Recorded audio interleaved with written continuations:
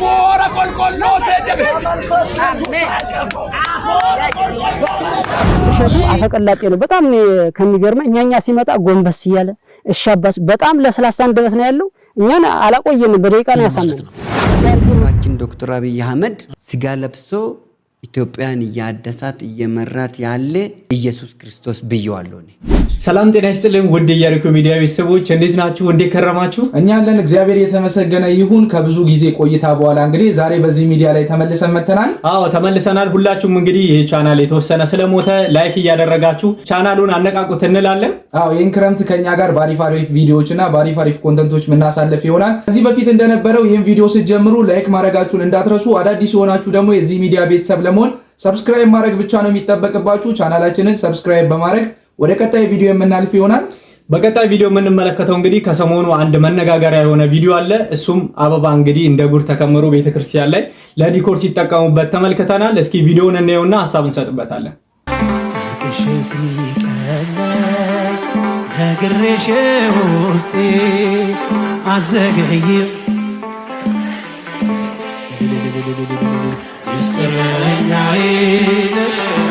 ሚስጥረኛዬ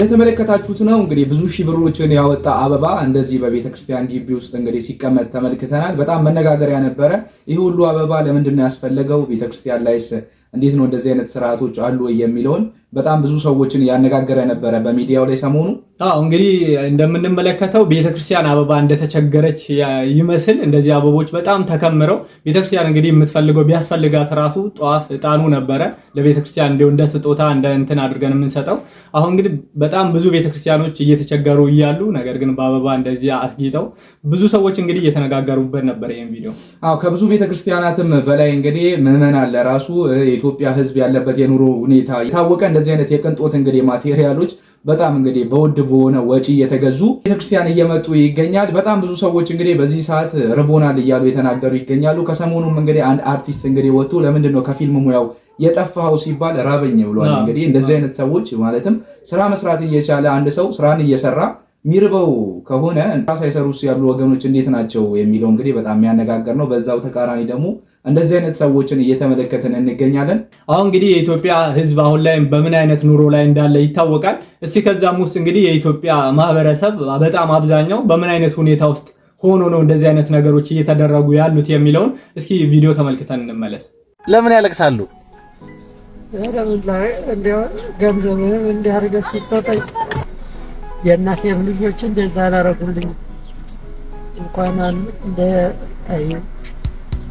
እግዚአብሔር በሰፊው እግዚአብሔር ይስጥልኝ እግዚአብሔር ያቆየልኝ የኔታ ለምንድን ነው ከፊልምና ቲያትር ሙያ በቃኝ ብለህ እስከ ማቆም የደረስከው ራበኛ ድረስ ይርባል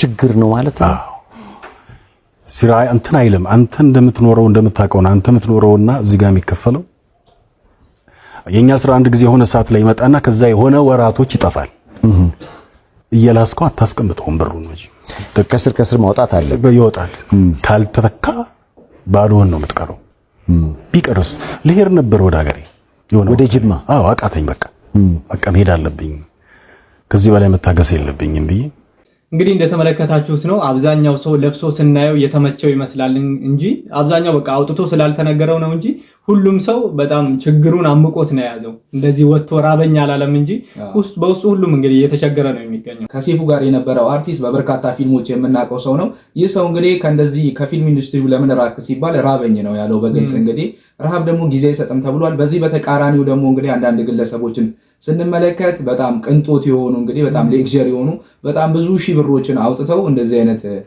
ጥቅም ለሌለው ነገር እንግዲህ አበባ ያው የታወቀ ነው መበላሸቱ አይቀርም በዛ ላይ ደግሞ ለቤተክርስቲያን ለራሱ አስፈላጊ ነው ወይ ያ ነገር ብለህ ስትመለከት ግራም ያጋባ ነገር ነው። በጣም ግልጽ እኮ ነው። ፈጣሪ ይሄን ነገር በእውነቱ ይወዳል ወይ ምን ይጠቅማል? ሄዶ እዛ ጋር እኮ አንድ ቀን ሁለት ቀን ቢያንስ እንኳን ለቤተክርስቲያን ለዘላቂ የሚያገለግል ነገር ቢሆን የሰጠነው ነገር ችግር የለውም እንላለን። ግን የጥቅም ለሌላው ነገር እንደዚህ ያደረግን በሌላው ጎን ሰው ደግሞ እንደዚህ የሆነ ስናይ እንግዲህ ትንሽ ሰው ነንና ይሰማል። የኑሮ ውድነቱንም እያባባሱ ያሉ ጉዳዮች እንግዲህ እንደዚህ የቅንጦት ዕቃዎች ናቸው ይባላል። ብዙ ዶላሮች እንግዲህ የሚፈሰው እነዚህ ነገሮች ከውጭ ለማስገባት ነው ይባላል። እንግዲህ እንደዚህ አይነት ነገሮች ከሰሞኑ በጣም መነጋገሪያ ስለነበሩ ነው ያመጣናቸው። ከዚህ በመቀጠል ደግሞ እንግዲህ የምንመለከተው ወደ ኮሜዲያን እሸቱ ጉዳይ ነው። የዋልድባ አባቶችና የእሸቱ ጉዳይ እንግዲህ አሁንም እየተካረረ ይገኛል።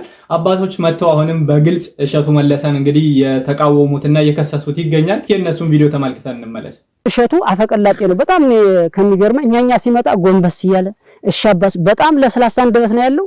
እኛን አላቆየንም፣ በደቂቃ ነው ያሳመነን። እንደዚህ አርጌ ምንድነው ያለን ፕሮጀክት ልሰራላችሁ የሆነ እቅድ ምናምን በቃ አቅዳችሁ ሰጡኛላችሁ ሰራላችኋለሁ ነበር ያለን እንጂ እንደዚህ አይነት የተዳፈነ የታሪክ ብልሽት ያመጣል ብለን አላሰብንም። እንግዲህ እንደተመለከታችሁት ነው። የምታስታውሱ ከሆነ ከዚህ ሚዲያ ከመጥፋታችን በፊት የኮሜዲያን እሸቱና የባምቢን ጉዳይ ያስመለከትናችሁ ነበር። አሁን ደግሞ እንግዲህ ወደ እሸቱ ለራሱ ጉዳዮች ተመልሰው የቤተክርስቲያን አባቶች እሸቱ ላይ ቁጣን እየተናገሩ ይገኛል። በተለይም በዋልድባ ገዳም ባለው ዙሪያ በስፋት እንግዲህ ትችቶችና እንደዚህ ቁጣን አዘል መልእክቶች በእሸቱ ዙሪያ የተላለፉ ይገኛሉ። እንግዲህ በዋልድባ በተለይም እንግዲህ በገዳማት ላይ በሰራው ዶክመንተሪ ምክንያት ነው እነዚህ ወቀሳዎች እየገጠሙት ያሉት። እሱም በዚህ ጉዳይ ላይ መጥቶ ይቅርታ ጠይቆ ነበረ። አባቶችንም ጠርቶ አወያይቶ ነበረ። ከዛ በኋላ ነው እንግዲህ አባቶች እንደዚህ አይነት ነገር እየተናገሩ ያሉት። በዚህ ጉዳይ ላይ በእውነት ድጋሚ ይሄ ነገር መቀስቀሱ ልክ ነው ወይ የሚለውን አንድ ቪዲዮ አለ። እስኪ እሱን ቪዲዮ ተመልክተን እንመለስ። እሸቱ አፈቀላጤ ነው። በጣም ከሚገርመኝ እኛኛ ሲመጣ ጎንበስ እያለ እሺ አባስ በጣም ለስላሳ እንደበስ ነው ያለው። እኛን አላቆየንም፣ በደቂቃ ነው ያሳመነን። እንደዚህ አርጌ ምንድነው ያለን ፕሮጀክት ልሰራላችሁ የሆነ እቅድ ምናምን በቃ አቅዳ። ሁለት መልእክታቶችን አሉኝ በዚህ ቪዲዮ ላይ። ቪዲዮ ላይክ እና ኮፒ ሊንክ ያደረጋችሁ አዳምጡኝ። የመጀመሪያ መልእክቴ ለእግረኛው ሚዲያ ባለቤት ለጋዜጠኛ ተክለ ሃይማኖት አዳነ ነው። ተክልዬ በጣም የቤተክርስቲያኒቷ እንደምትወዳት በደንብ ይገባኛል።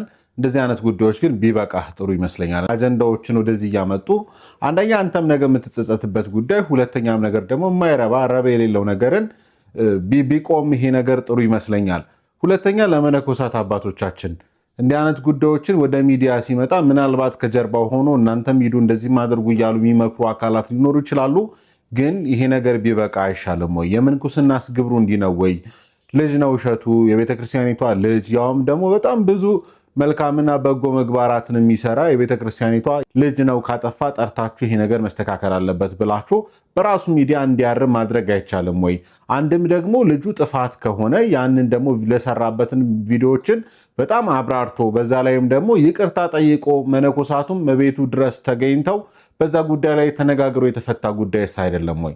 ስለዚህ እንደው ቢያንስ በዚህ ዘመን ላይ ለቤተክርስቲያን የሚተጉላት የሚለፉላትን ልጆቿን በተለይ ደግሞ በዚህ ዘመን ላይ ውድድሩ ሰፊ በሆነበት ሰዓት ላይ እንደው ገፍተን ልጆቻችንን ባንጥላቸው ጥሩ ነውና እባካችሁ አባቶቻችን እናንተም ይብቃችሁ። ቪዲዮ እንግዲህ የተላለፈ የሚገኘው ከሰሞኑ በእግረኛው ሚዲያ ነው። በዚህ ቪዲዮ ዙሪያም እንግዲህ ከዚህ በፊት እሸቱ በራሱ ስቱዲዮ ጠርቶ ይቅርታ ጠይቋቸዋል። በዛ ላይም እንግዲህ ጥፋተኛ እንደነበረ አምኖ እነሱ አድርገውለት ተማምነው ያ ጉዳይ ተዘግቶ ነበር። አሁን ደግሞ እንደ አዲስ የተቀሰቀሰ ይገኛልና ድጋሚ ይሄ ነገር መቀስቀሱ እንግዲህ ለቤተክርስቲያን ለገዳሙም እንግዲህ ምን ጥቅም ያስገኛል የሚለውን ወንድማችን እንግዲህ ምንም ጥቅም እንደማያስገኝ በግልጽ እንግዲህ ነግሮናል። ትክክል ነው። እንግዲህ እሸቱም እንዲው ጥፋት ቢኖርበትም ይቅርታ ጠይቋል። እንግዲህ ከይቅርታ በላይ ምንም ነገር የለምና ድጋሚ ይሄ ነገር መነሳቱ ጥቅም የለውም እንላለን። እኛ ደግሞ በሶሻል ሚዲያ ወይም በቲክቶክ የምናውቀው ሰኚ በዲቫይን ሾው ላይ ማለትም ፓስተር ሶፎንያስ ጋር ቀርቦ አብይ ስጋ ለባሽ ኢየሱስ ክርስቶስ ነው እያለን ይገኛል። በጣም ትንሽ ዘናም የሚያደርግ የእሱንም አስተሳሰብ እንግዲህ የገለጸበት ቪዲዮ ነው። እስቲ ሀሳቡን አድምጠ ነው እንመለስ። ማሞ ሌላ መታወቂያ ሌላ hinቁ የሆነ ስጋ ለባሽ ኢየሱስ ክርስቶስ መሳይ መሪን አምጥተን ቁጭ አድርገናል። አሁን እኛ ከስር ሆነን ደህንነትን ማምጣር ነው።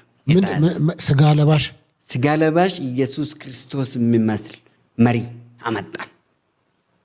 ማንን ማለት ነው? ጠቅላይ ሚኒስትራችን ዶክተር አብይ አህመድ ስጋ ለብሶ ኢትዮጵያን እያደሳት እየመራት ያለ ኢየሱስ ክርስቶስ ብየዋለሁ። እኔ ከፈጣሪ ጋር ፈጣሪም ቃል ነበር አይደለም?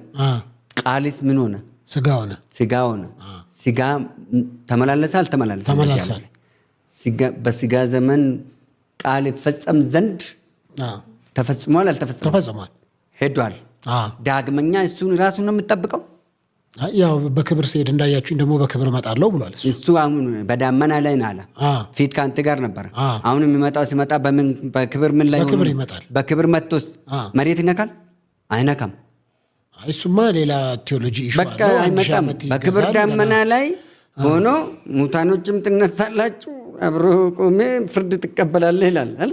ፍርድ ሊሰጥ ነው የሚመጣው፣ ሊፈረድበት አይመጣም። አሁን ግን ሀገርን የሚመራ ወክሎልናል እሱ ራሱ። ኢየሱስ ክርስቶስ በአካል መጥቷል እያሉ ነው። በአካል አገሪቷን እንደ የዓለም የኤደን ገነት ማለት እኮ ኢትዮጵያ ነች፣ የመጨረሻ ገነት። እነዚህ ራስተፈሪያን እንደዛ ይላሉ። ኢትዮጵያ ምድር ገነት ናት ይላሉ። እርሶም ያንን ነው የሚካፈሉት? የኢትዮጵያ ምድር የዓለም ምድር የዓለም ገነት ኢትዮጵያ ነች። የት አካባቢ? የኢትዮጵያ መጨረሻ ዓለም የዓለም መንግስታት ሁሉ እጃችሁን ሰላም ከኢትዮጵያ ብሎ እጃችሁን ይዘረጋሉ ወደኛ። ኢትዮጵያ ግን እጆቿን ወደ ትዘረጋለች? ወደ እግዚአብሔር ተዘረጋለች። ግን እጃችሁን ወደ ኢትዮጵያ መንግስት ይዘረጋሉ።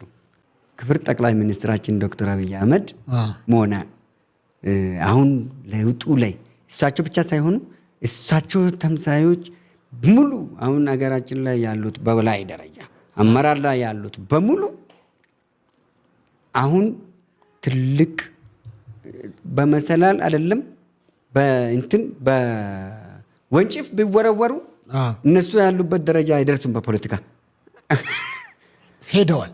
አረ የለም እነሱ ዝም ብለን የምንቃዣው እኔ እናንተ እዚህ ቁጭ ብለን እንደምናወራ መሰል የሀገራችን መሪዎች እዚህ አይደሉም። በመለካከታችሁ በርቆን ሄደዋል። አልተመጣጠንም።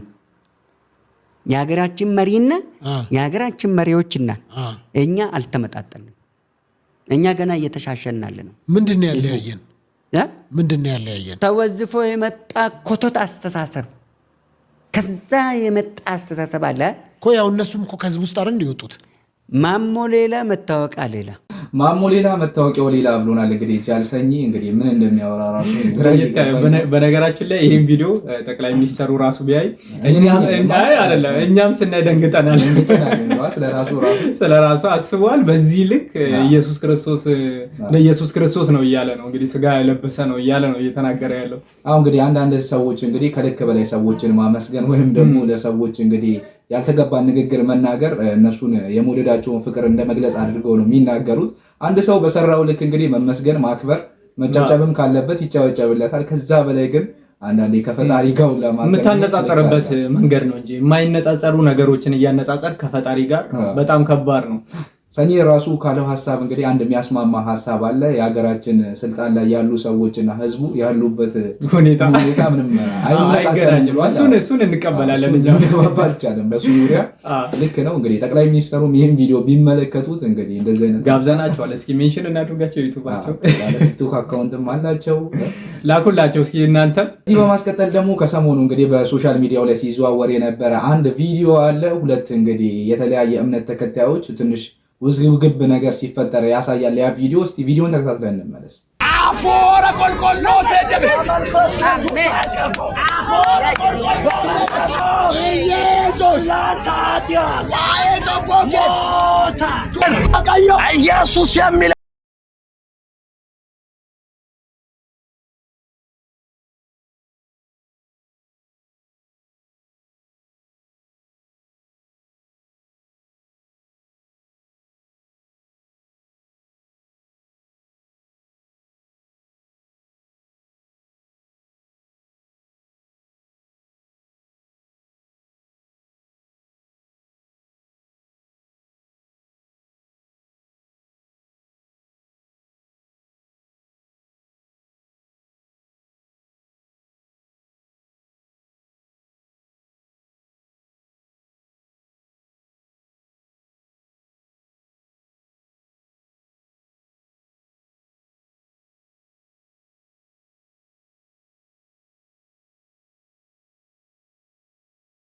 ቪዲዮ ነው እንግዲህ እንዳስመለከትናችሁ። ሴትዮዋ ከነሱ ጋር ትሁን ወይስ ደግሞ ለብቻዋ ትሁን ለማወቅ አልተቻለም። ግን እሷ ከነሱ ለየት ባለ መንገድ እንግዲህ የእመቤታችን ቅድስት ድንግል ማርያምን ምስለ ስዕል ይዛለች። ከዛም በኋላ እንግዲህ በመሃል ስትወድቅ ተመልክተናታል። እነዚህም ሰዎች እንግዲህ እያስተላለፉ የነበሩት መልእክት ሴትዮዋን ከማንሳት ይልቅ ሴትዮዋ ወድቃ እነሱ እንግዲህ እንደ አሸናፊነት አይነት ስሜታቸው ነው ሲያንጸባርቁ የነበሩት በቪዲዮ ላይ።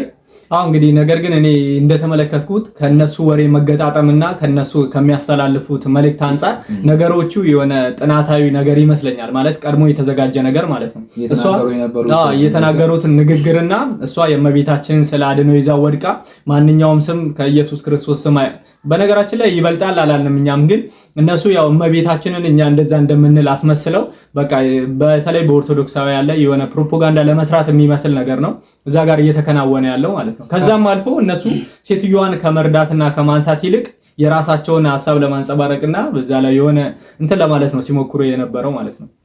እነዚህም ሰዎች እንግዲህ ከሃይማኖታቸውን በቃል ከመስበክ ይልቅ እዛ ቦታ ላይ ሴትዮዋን ቢያነሷት የበለጠ እንደውም የነሱ ሃይማኖት ይሰበክ እንዲሁም ደግሞ ለሰዎችም ይገለጥ ነበረ።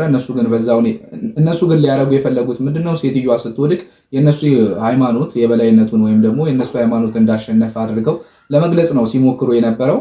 ያ ቪዲዮ አጠር ቢልም እንግዲህ ለዛሬ ይዘንላችሁ የመጣ ነው ቪዲዮ ይሄን ይመስል ነበረ። እስከመጨረሻ ድረስ ስለተከታተላችሁን በእውነት እጅግ በጣም አድርገን እናመሰግናለን። ሐሳብ አስተያየታችሁን እንደተለመደው በኮሜንት መስጫው በኩል አስፍሩልን። ይህንን ቪዲዮም እንግዲህ ሁላችሁም ላይክ እንድታደርጉት አስቀድመን አሳስበናችኋል። እስከዚህ ድረስ ተመልክታችሁ ምናልባት ላይክ ያላረጋችሁ ካላችሁ ቪዲዮውን ላይክ አድርጉት። ቻናላችንንም ሰብስክራይብ በማድረግ የኢያሪኮ ሚዲያ ቤተሰብ ሁኑ እንላለን። ቀጣይ በሌሎች አስተማሪና ወቅታዊ በሆኑ ቪዲዮዎች እስከምንገናኝ ድረስ ቸር እንሰንብት።